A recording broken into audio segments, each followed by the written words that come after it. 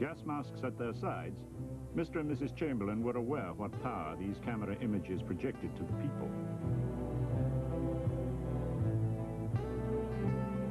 As the government itself feared the bomber, it had no difficulty orchestrating this message to the general public and created an atmosphere of fearful apathy. The new fashion in facial wear acted like a talisman against the evil one, but like all charms, it was a sign of fear and a reminder of the dangers of the terror by night and the arrow that flieth by day. But nobody informed the public that as far as Britain was concerned, there was no way that the German Air Force could attack Britain effectively and drop their death charges. In 1938, the Luftwaffe did not have a plane which could reach the coast of England. On the 26th of July, Neville Chamberlain informed the House of Commons that he was sending Lord Runciman to Prague as a mediator in response to a request from the Czechoslovak government. That was a lie by Chamberlain, the dealer. He used the growing crisis in Sudetenland as a pretext and forced Runciman on the Czechs. It was made clear to Benish that unless he accepted this forceful intrusion into his domestic affairs, he would be left to face dire consequences. Czechoslovakia must realize that, sovereign state though she was, there were times when, in the interests of Anglo-German relations, nothing should be put in the way. When Runciman was sent to Czechoslovakia in August 38, already Chamberlain was decided that he must bring a recommendation which will not endanger peace, that simply peace at all costs, even at the expense of Czechoslovakia. So I think that Runciman, from the very beginning, simply felt that he must bring back a recommendation which will be acceptable to Hitler, because without doing what Hitler wanted, there was a risk of war. The whole mission was a hoax, which served only as a public gimmick in England and fooled the Czechs into believing that the British were their allies. The missionary strongly recommended that Czechoslovakia should give assurances to her neighbors that she would under no circumstances attack them or other states.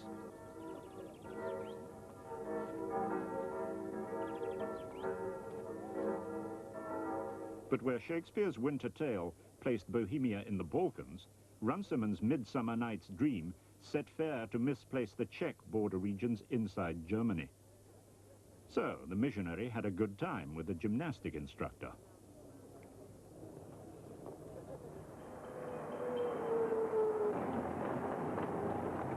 As the rumors of war cast shadows, people waited, and in rooms men came and went. Outside, Chamberlain presented a good image of a democratic leader. Once inside, he took command, and unknown to all but one member of the cabinet, the Prime Minister in complete secrecy formulated a scheme, Plan Z, without prior approval of King or cabinet, whereby he would go to meet Hitler and personally offer him a piece of Czechoslovakian land which never belonged to his kingdom. On the 14th of September, the cabinet learned that Plan Z had been put into effect. In my opinion, Neville Chamberlain was one of the most powerful, if not the most powerful, prime minister in British history. This was particularly so with respect to his control over the apparatus of foreign policy making within the British government. In this respect, as if in no other, Chamberlain had absolute control over the foreign policy apparatus, and he used it with a vengeance. During the period in which he was prime minister, Chamberlain completely disregarded the traditional principle of collective responsibility, and during that period, foreign policy was his policy, and no one anywhere in the government was allowed to raise a dissenting voice. The Godfather was pleased and kindly allowed the dealer to come to his private residence in Berchtesgaden.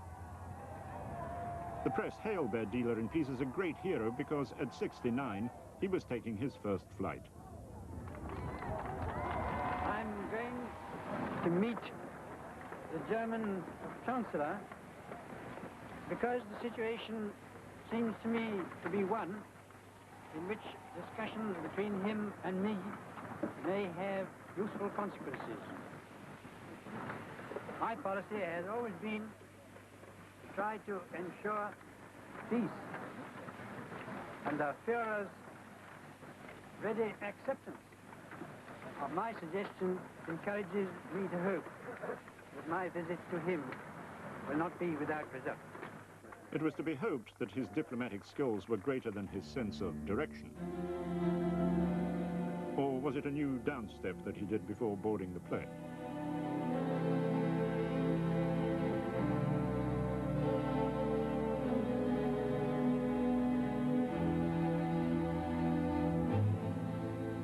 At Berchtesgaden, the Godfather's own private residence, dictator and prime minister would meet, talk, and descend from the mountain to divide and rule.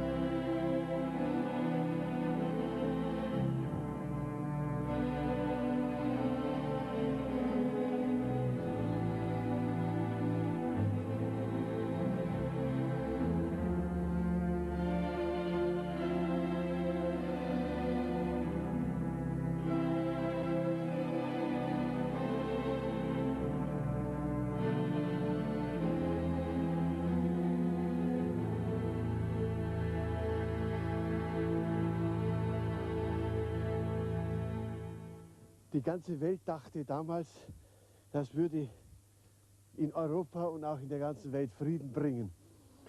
Und zwar war die Treppe hier vorne etwa, ungefähr 19 Meter von hier entfernt.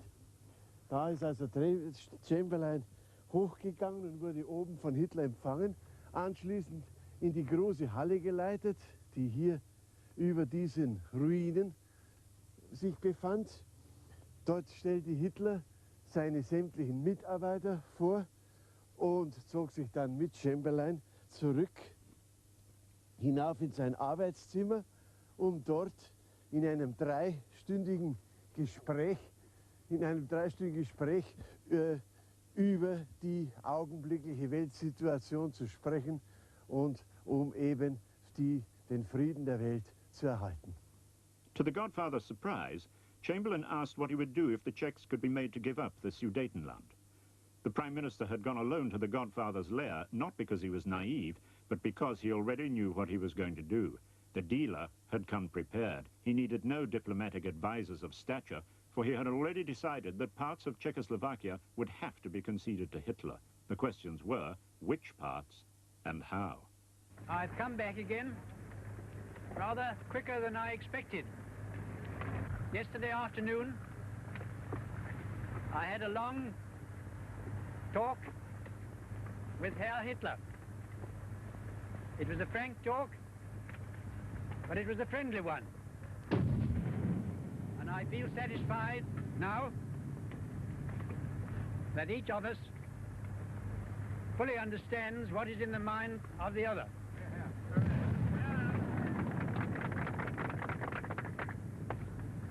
And later on, perhaps in a few days, I'm going to have another talk with Herr Hitler. Only this time, he has told me that it is his intention to come halfway to meet me.